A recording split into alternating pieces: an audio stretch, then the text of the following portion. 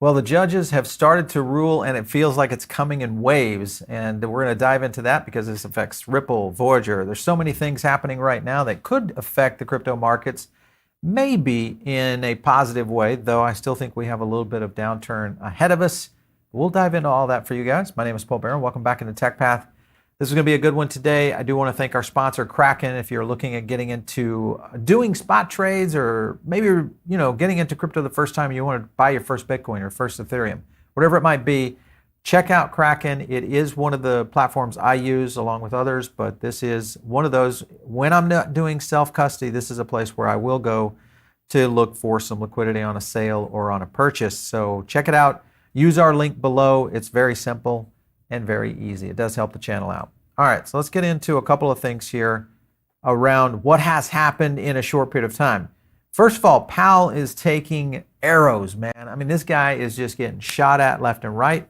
Rightly so, I think, to a certain extent. But in the end, the Fed versus the SEC is not necessarily in control of these kinds of things, other than where interest rates and potentially that is really kind of their only tool. Listen to what Senator Warren had to say to Chair Powell here for a second.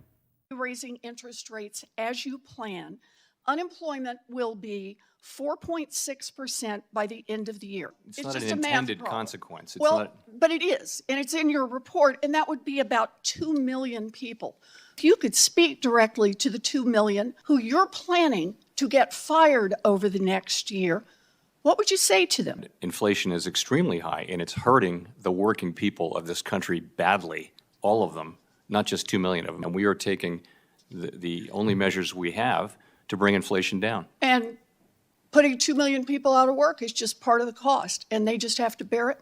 Well, will working people be better off if we just walk away from our jobs and inflation remains 5-6%? It's not as black and white as very just very looking infrequent. At the numbers. It actually is pretty black Alan and white. Blinder's written a book on this. There have been 12 times that we've seen a 1-point increase in the unemployment rate in a year.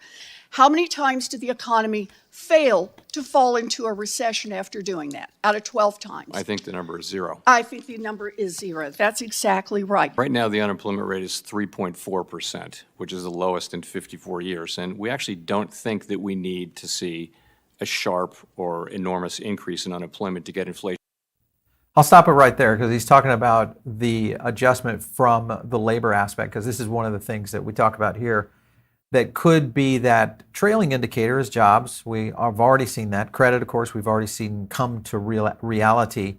The other thing, obviously, with real estate, those kind of things. But the point he's talking about is there's not a potential big hit on jobs to be able to make this potentially work. I still don't think that the Fed actually knows what's going on right now. I feel like the data sets that they're getting, because remember, the last FOMC, we saw tremendous hawkish moves. Now, could that have been a strategic move on the Fed's part? Maybe. Or it could have been just some misreads on some of the data that was showing up, and then obviously we're seeing a different scenario right now. And still a lot of people pushing to the fact that we could still see a recession coming in. I'm one of those that believes that is going to be the case. The one thing, though, around crypto markets is we may see a little bit of a reprieve or not if the Grayscale scenario plays out. This, of course, is a Grayscale. Bitcoin Trust is up 10% after scoring a pretty good win against the SEC, even though it was a little bit of a cheap win. According to several experts, the company scored a win over the regulator, which led to a spike on the GBTC premium. You can kind of see right here, a little bit of a spike coming up. We'll show the Y chart on this a little bit later. Actually, I think I have that. Let me see if I pull it up right here. Yeah, right here. Here's the Y chart. So you can kind of see that little spike right there. Boom, boom. And again, this gets back down to the point where a lot of people believe that there's maybe some manipulation, because anytime it gets near that 50%, we start to see these moves. See how sharply it went right here? Same kind of scenario down to 46, and then boom, right back up here to 35%. So I don't know. I'm still questioning, even though I do believe that we will see an ETF occur out of this. And how does that affect the overall market is going to be the bigger question mark looking forward. Back in the article, it says the regulator's legal representative made some mistakes in the argument by using ambiguous legal language. The judge questioned the legal language. The SEC's attorney referenced and difference between futures and spot market regulation, yada, yada. believes that this line of augmentation from the SEC, one claiming that Bitcoin spot market is manipulated, could be the regulators' undoing. This is the factor that's important. So judges are now doubling down, teaming with the SEC with variations of the main point. How can you guys argue the manipulation in spot wouldn't affect the futures, thus surveilling the sharing agreement of futures isn't really meaningful, which is your whole point in disproving a spot ETF. So, I mean, they're talking out both sides of their mouth. This guy, though, has been going on for quite some time, and the judges are just now starting to see the antics that the SEC has been doing. Here was John Deaton reporting and talking about this very point. Grayscale versus SEC months ago, before the hearing, he predicted Grayscale would win because the denial of spot BTC ETF while allowing futures and short Bitcoin ETFs was arbitrary and capricious under the law. And that's where the judge just said, how can you do that? You're talking out both sides of your mouth. You're allowing one, but you're not doing this. Same kind of scenario. Fact is, now it's a judge saying it, so the likelihood of maybe Grayscale getting through on this is going to happen. We'll see if this goes quickly. Here was a couple of points right here that I thought were good. Pro-crypto legislation being introduced. That's good, but it doesn't mean anything until it's passed. Bankruptcy judges disagreeing with the SEC's posture. We've seen the scenario come out here with Voyager, etc. Hearings on Operation Choke Point. That's another one, big one. XRP case seeming to go well. We'll show some stuff out on that here in a minute. And then crypto may be getting off the mat here if some of these things come to reality. Now, right now, we're dealing with macro pressures. However, some of these could be back on for another potential rally. We're watching this very closely because this is where we'll see some sentiment freedom or sentiment elements play into this and might give us a little bit of a heads up as we start to see some of the things, much like we saw the liquidity event happen last week. Here is the Grayscale Trust CEO. And I want to talk a little bit here around what he says. Let's go to his clip. You know, coming out of oral arguments yesterday, we were, really appreciative of the opportunity to have our case heard in the, DC Circuit Court of Appeals. Walked away very encouraged from yesterday's arguments. And, I think it's really a function of having the best-in-class legal team that we possibly can. They've been consistent throughout this process, the ETF application, the litigation, the oral arguments. And we're hopeful that the court will be persuaded by those arguments. And at the end of the day, it's never been clear. Investors want access to Bitcoin through an ETF wrapper. What is the argument that you make and that the SEC makes about the relationship between Bitcoin futures and the spot price of Bitcoin? What are they saying? That it's harder to keep an eye on spot than it is futures? What's the basic premise? Well, at its core, the bedrock of this case is the fact that the SEC has approved Bitcoin futures ETFs and continued to deny spot Bitcoin ETFs like GBTC. What do they say? Well, they say that there is not enough of an ability to detect fraud and manipulation in the underlying Bitcoin spot market. In the spot. Yes. Okay. But as we all know, and you guys certainly know, the Bitcoin futures market is a derivative of the spot market, right? So these are two markets that are inextricably tied. All right, so you can, I love that with Timberlake there on the end. I'll pause that for a second. But I mean, he hit on the points there that was the exact scenario. Now, the question will be, if they do approve it, how does Bitcoin respond? If you look at what Willy Wu was saying, we showed this earlier on the show with the altcoin show with Evan. Here was Willy Wu saying that if the spot ETF approval would dump the price of Bitcoin and pump the ETF. Now, it's possible that could happen. Pin-up sell pressure on GBTC would accumulate during the bear market, which goes back to my statement earlier, is that all of this will really be dependent on timing, on one, how the market is recovering, if the market is recovering.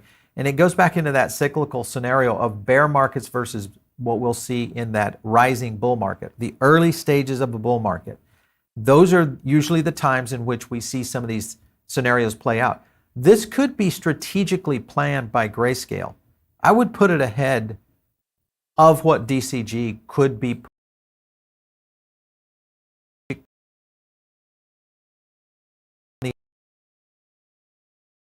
with what's happening right now with the judges. What it simply means is that timing could mean everything for this, and it really could be an interesting angle on how this all plays out. Here was another thing that Northrock came in and said, let's go to the, I think it's highly likely that the SEC loses their court case. Yes, they can appeal, but they are starting to look really bad, and the ETF approval is actually a chance for them to look like they aren't just anti-crypto.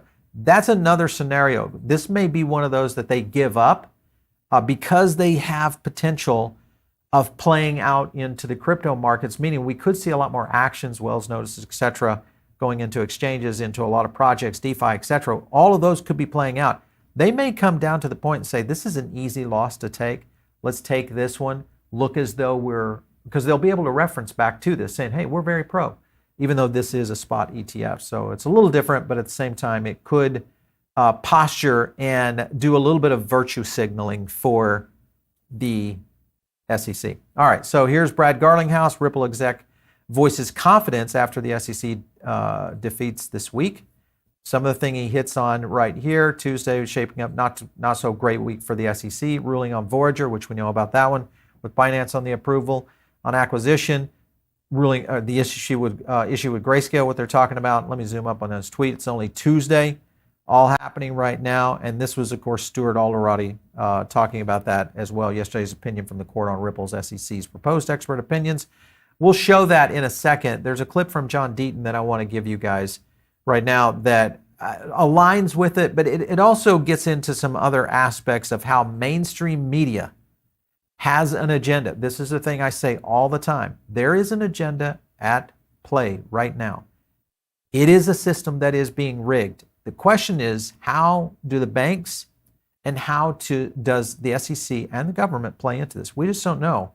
But when you listen to what's happening over on Fox Business, which I would say is somewhat understanding of what freedom means, maybe.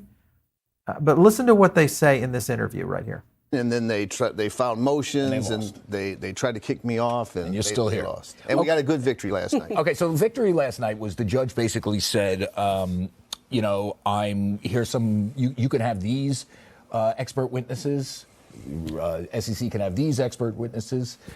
But what he really did was saying, off the checklist is the expert witness decision.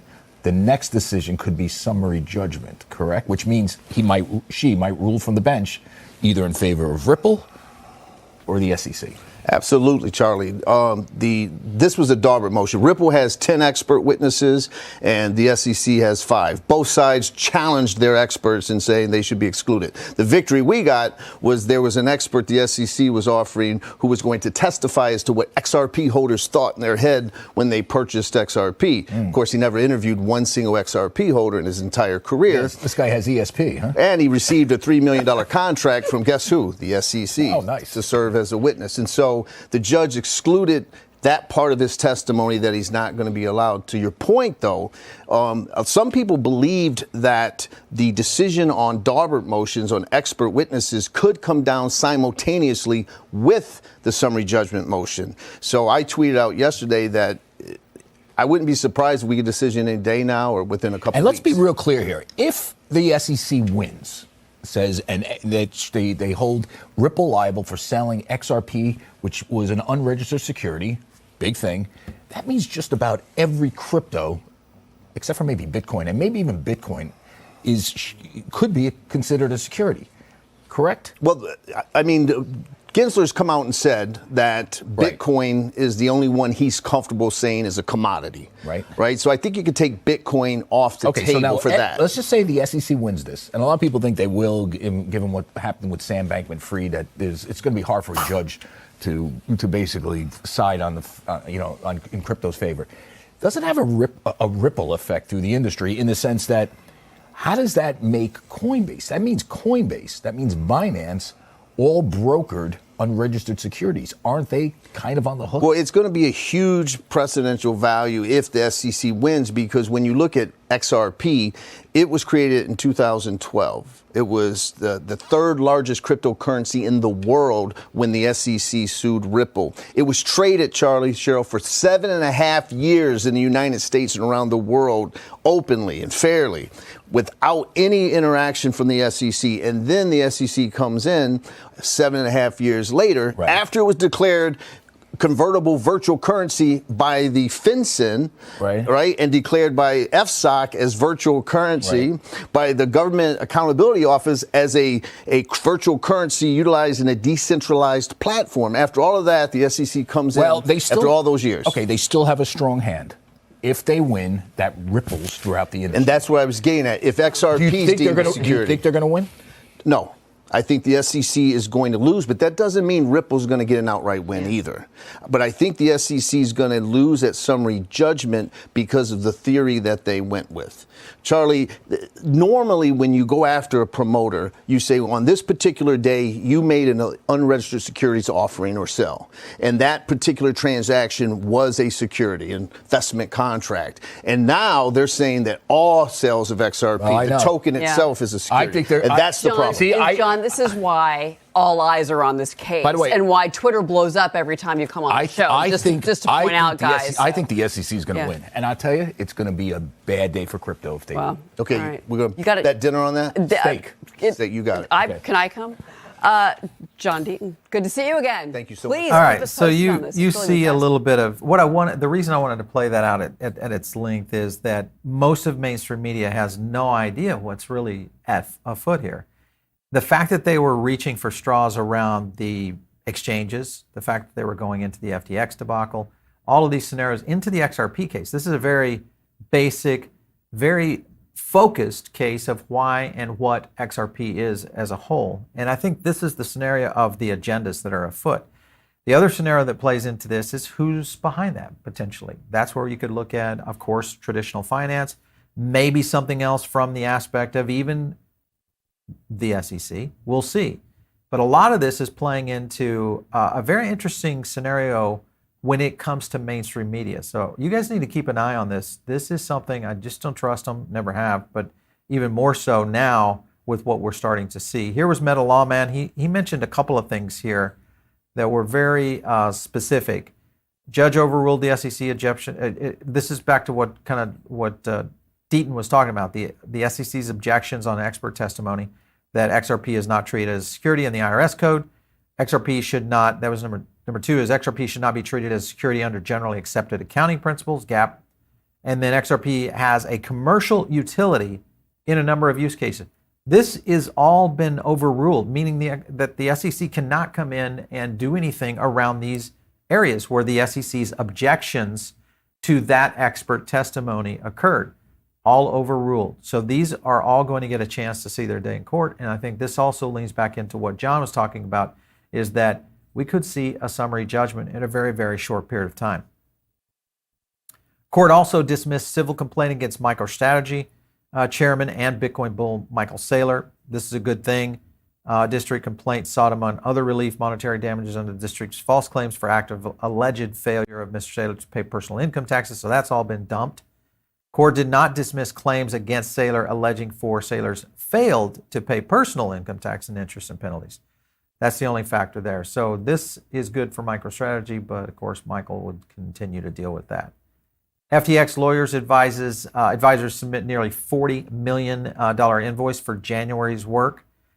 This is another scenario. The high legal fees have raised concerns among some creditors and stakeholders who question whether the expenses are reasonable and necessary for the bankruptcy proceedings. So this is another one that continues to play out in what the FTX saga is for sure. And I think these are the kind of things that in some cases that unfortunately attorneys just really start to do some of the things that I don't necessarily like seeing them do. Getting into how the chart goes, when you look at XRP, it's been pretty much flat. And until recently, this last couple of days, we've started to see a little bit of a movement, even though that is still a sideways range if you really consider what this looks like. Overall, that range right there, still a sideways range with where it's going on XRP, though we did see a little bit of sentiment bump on XRP in general. This goes back to the chart, even though it's still heavily under the overall market sentiment, but a nice little lift right here, up significantly there. So not too bad in terms of the adjusted sentiment on where XRP is holding. Whether or not this can continue to climb is the question mark. So we're looking at this one really closely. We'll be dropping another sentiment drop this week, so be on the lookout for that. as well. Let's get into the poll today, and then we'll take a few questions and see what the audience has to say. After a week of losses, is Gensler about to attack low-hanging crypto fruit for a PR boost? Yeah, this gets into it. I think you guys got it 80%. Yes, if they give up the GBDC scenario and say, okay, listen, all right, fine, we're going to deal with that. Let's take that loss. Now we just have to refocus our guns on this. We're already having scenarios and issues play out in the scenario with Voyager, the scenario with FTX, or with the situation with XRP and Ripple. All of that starts to now say, where is the SEC going to focus in? Because they're not giving this dog up. They're going to go after more and more of this as we see the market kind of take some pressures. And of course, it's going to play into it, I think, from an aspect of just the SEC around its whole issue of overreach and control. We're going to do a video tomorrow with a legal expert around overreach and what that might mean, because this could go into a lot of other projects. Many altcoins, I won't say their names here right now, but there's a lot of altcoins that could be at risk here. Stay around tomorrow. We're going to drop that, I think, around 1 o'clock. I don't know if it's going to be live, but we'll definitely have that out for you guys too. Crypto K-Dub says Warren is grandstanding for own cause. For sure. Nobody cares about these jobs. You're right. It is a political ploy that is often used by Warren and even Bernie to a certain extent. I think you're right. I don't think the SEC wins this. SEC will win, and crypto will dump. I disagree with you, Crypto King. I don't think they win. If you're talking about the Ripple case, I'm assuming that's what you're discussing. Or are you talking about GBDC?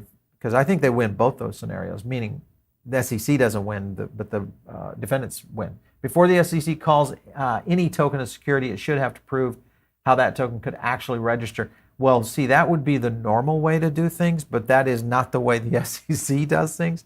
It is regulation by enforcement. That's the thing they've done forever. I mean, ask Mark Cuban. He has had to go to the wire with them before. The problem is a lot of these, remember, we saw this with many other projects that they've already had these little bit of wins. And these kind of scenarios are usually attacking these lower hanging fruit that doesn't have the legal team to fight. And it looks as though the SEC is doing their job around containing the crypto bad guys. So that is the thing that they want to paint, because it's all about posturing for these political scenarios that play out. All right, guys, if you're not in our Diamond Circle, one thing I want to kind of explain to you is the Diamond Circle now lives on a Substack. And it's a pretty cool element. When you get in there, you're going to find this. And you're going to get not only additional content that we drop in, but more content that doesn't make it over here to the show, additional audio notes, and then we have a podcast that's only available here on the Diamond Circle. Kyle and I do this one. It breaks down into a lot of stuff, and we've got an extra podcast going to be dropping in here as well that is, again, only available for the Diamond Circle members.